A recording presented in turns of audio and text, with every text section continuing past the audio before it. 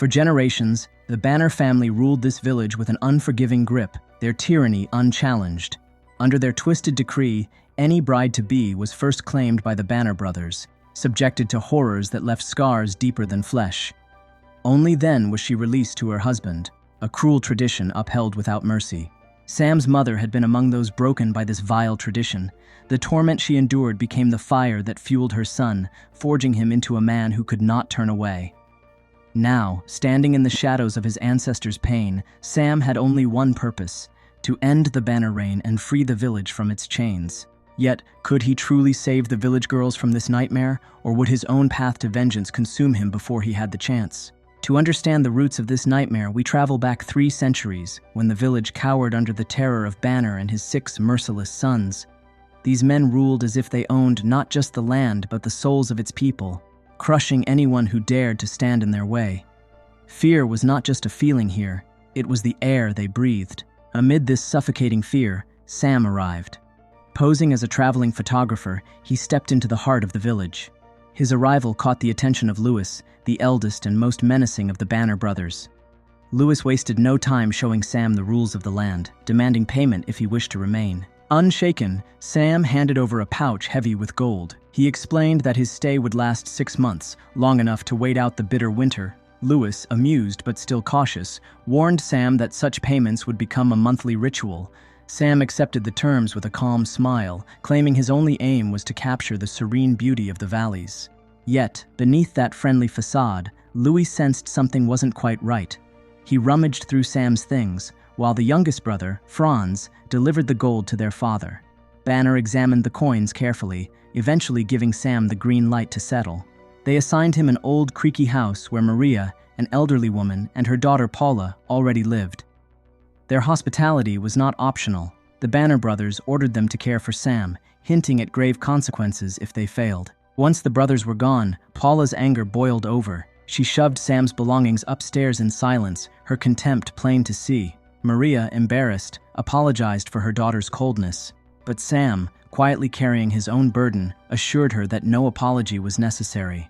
Later that night, away from curious eyes, Sam hid some of his possessions in the stable, suggesting that not everything he brought was for photography. At dinner, Paula pressed him for answers. "Why come to such a cursed place?" Sam explained with a hint of a smile that he was raised in America and had learned photography there. His hope was to capture these mountains and valleys, perhaps to land a better job. Maria, however, grew tense. She warned him to stay far from the Banner brothers. In this village, no one's life was truly their own, not as long as the Banners held power. When night fell, Sam sat alone, pulling out an old locket containing his mother's photo. A quiet ache filled his eyes. The village wasn't just a destination for him. It was the place where his mother's spirit still wept. Suddenly, noises from the stable caught his attention. From the shadows, he witnessed Paula meeting Lucas, a young villager. Their secret embrace revealed a love hidden from the Banner brothers. They dreamed of marrying, unaware of the pain such a wish would soon bring them. Sam observed in silence, retreating back to his room, leaving them to their fragile hope. Morning came, and Paula, now more curious, asked Sam about his past. He shared that his father was long gone, leaving only him and his mother. Later, they visited the market, where the Banner brothers lurked like wolves. While Sam purchased a simple horseshoe nail, Hubert Banner stepped in, trying to force him into drinking with them. Sam refused, and the rejection lit a fuse. The brothers surrounded him, unleashing a brutal beating. Outnumbered, Sam stood no chance. They left him bloodied in the dirt, laughing as though it were nothing more than sport. But Sam wasn't the type to give up. Bruised and battered, he returned to the valleys the next day, camera in hand. His lens captured not just the snowy mountains, but also the village's silent agony. When his gaze fell upon the church crucifix, it stirred more than religious thoughts. It summoned ghosts of his own childhood and of promises he'd made long ago. Winter settles deep into the village, its cold touch turning the valley into a vast stretch of white. Snow muffles the land, and a dense fog rolls in, swallowing the view until only faint shapes remain in the distance. Even as winter tightened its icy grip, the cruelty of the Banner brothers remained untouched by the cold. Up on the cliffs, they spent their days felling trees, sending them crashing into the valley below. Franz, the youngest of the brothers, stood below, watching the massive trunks tumble from the heights. Suddenly, one of the massive trees got stuck right in the middle of the valley. Curious, Franz stepped forward to take a closer look. But then, something strange happened. The tree, as if slicing through the thick fog, came crashing down. Before Franz could even react, it crushed him, killing him instantly. Shrouded in the dense mist, the other brothers could barely make out what had happened. To them, it looked like a tragic accident, nothing more than a cruel twist of fate from the treacherous mountain. That night, the village priest, who always sided with the Brenners, led a somber service for Franz. Yet, among the villagers, there was no sorrow, no whispered prayers. Their faces remained blank, hollow. For them, this was not a loss. It was something else. The following day, Lucas's parents arrived at Paula's home, hoping to formally discuss the wedding of their son and Paula. But the moment the topic was brought up, Paula's mood darkened. She stormed out of the house, leaving everyone bewildered. Lucas ran after her, trying to understand her sudden anger. But Paula's fear finally erupted. She cried out that she would never submit to the Banner brothers. Her outburst revealed the grim reality of their world. Here, any woman who wished to marry first had to endure a night with the Banners, a law that had broken countless hearts. And now, Paula faced the same horrifying fate. Meanwhile, Otto Banner was deep in the forest, tracking deer. But the hunter became the hunted. Without warning, a hidden trap sprung, slamming into his face. Horseshoe nails, sharp and merciless, pierced his eyes, blinding him in a heartbeat. Otto screamed as pain overwhelmed him, stumbling backwards until he fell from the cliff's edge. His body was swallowed by the icy waters, lifeless and cold.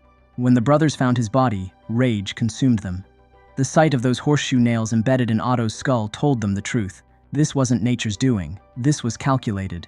And the message was clear. Someone had declared war on the Banners. They knew exactly who it was, Sam.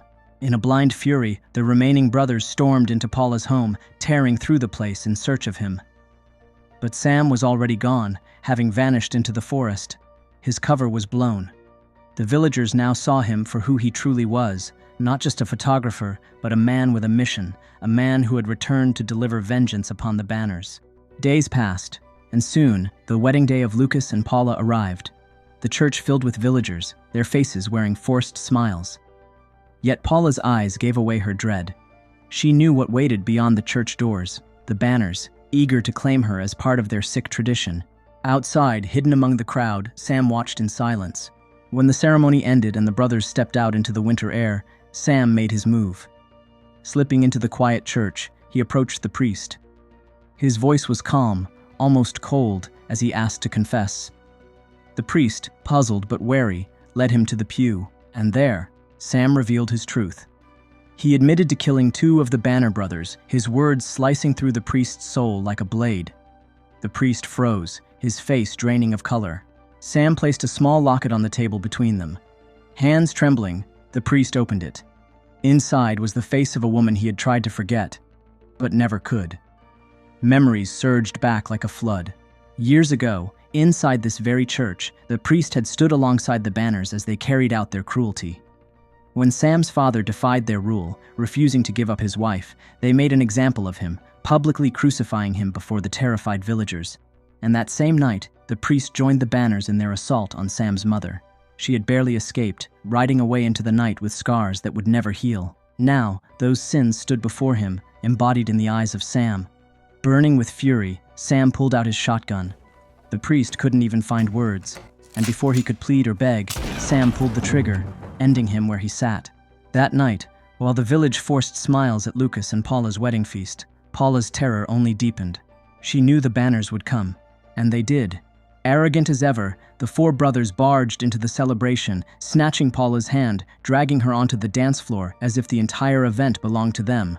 Tears streamed down Paula's face as she was dragged away, while the entire village watched in terrified silence.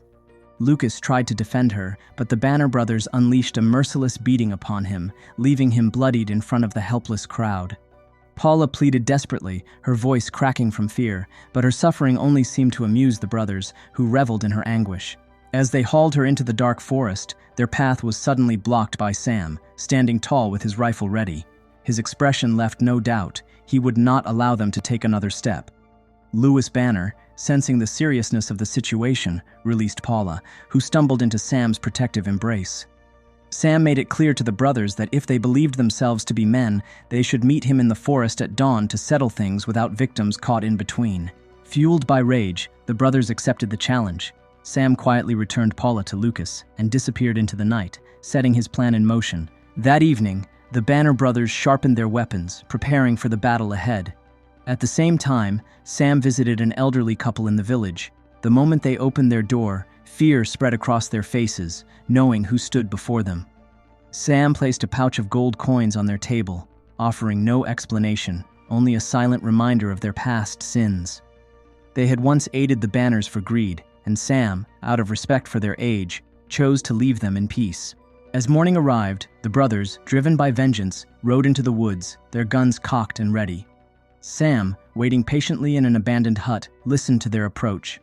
The brothers opened fire without hesitation, reducing the hut to ashes, believing they had buried Sam in the rubble. But when Hubert entered the wreckage to confirm the kill, a single shot rang out from the shadows, striking him dead. Chaos erupted among the remaining brothers. Sam, moving like a phantom among the trees, shot Rudolph in the leg, sending him collapsing in pain. Louis and Eddie, now overwhelmed by fear, tried to cover each other. Eddie, desperate to end Sam, exposed himself and received a fatal shot to the chest. Louis dragged his brother behind cover, urging him to fight on, but Sam had already repositioned himself. As Eddie raised his gun, Sam's bullet ended his life. Louis, now alone and frantic, fired blindly into the trees, but his efforts were futile. Sam's final shot silenced him forever. With the Banner brothers gone, Sam knew his work was not yet done. He made his way to the Banner household, unaware that one last enemy lurked in the shadows: the blacksmith, the seventh brother who had stayed hidden until now. The blacksmith attacked without warning, striking Sam down with brutal force. Sam, weakened and bloodied, struggled to resist, but the man's strength overwhelmed him. As the blacksmith prepared to finish the job, a sudden gunshot pierced the air. The blacksmith fell, lifeless. Lucas had arrived, saving Sam in his moment of need. Gasping for breath, Sam pressed forward into the house. Inside, Old Man Banner waited. Sam dropped the locket containing his mother's photograph on the old man's chest, forcing him to confront the ghosts of his past. The old man, with twisted satisfaction, revealed the terrible truth. Sam was his illegitimate child, born from that night of horror when the village priest and the Banners committed their atrocities. Sam hesitated, his heart weighed down by the revelation. But the pain and screams of his mother filled his mind once more, driving him to complete what he had started. Without allowing the old man another moment to speak, Sam ended his life. Weeks passed as Sam recovered from his wounds. Though some distant relatives of the Banners stirred, seeking revenge, they were old and weak, no longer capable of imposing fear. Sam understood now that this village, with its rotting traditions and haunted faces, would never change. Without a word, he walked away from it all, leaving behind the blood, the ghosts, and the darkness. His chapter in that cursed village was finally over.